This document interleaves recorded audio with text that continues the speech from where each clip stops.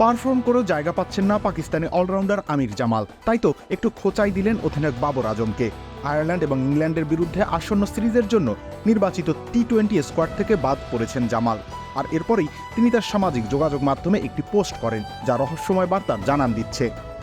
সম্প্রতি তিনি ওয়ারউইকশায়ারের হয়ে চলমান ইংলিশ কাউন্টি চ্যাম্পিয়নশিপে তার ব্যাটিংয়ের একটি ভিডিও শেয়ার করেছেন।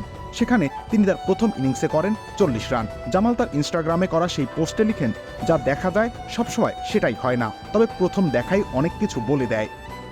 আয়ারল্যান্ডে যাওয়ার আগে একটি সংবাদ সম্মেলনে অধিনায়ক বাবর টেস্ট এবং টি-20 ক্রিকেটের মধ্যে একটা স্পষ্ট পার্থক্য তৈরি করে এই সমস্যাটি নিয়ে কথা বলেছেন। টেস্ট ম্যাচে জামালের প্রশংসনীয় পারফরমেন্সকে স্বীকার করেন বাবর। তিনি টি-20 ফরম্যাটের জন্য আমিরের আরও কাজ করার আহ্বান জানান, আর আরও অভিজ্ঞতা প্রয়োজন আছেন বলেও মনে করেন বাবর।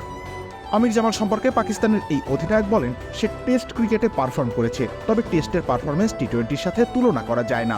সে একজন দুর্দান্ত অলরাউন্ডার, তবে সে যেখানে ব্যাট করে সেখানে আমাদের একজন প্রকৃত হিটার দরকার। তাকে টি-20 ক্রিকেটের জন্য আরও ভালোভাবে নিজের তৈরি করতে হবে।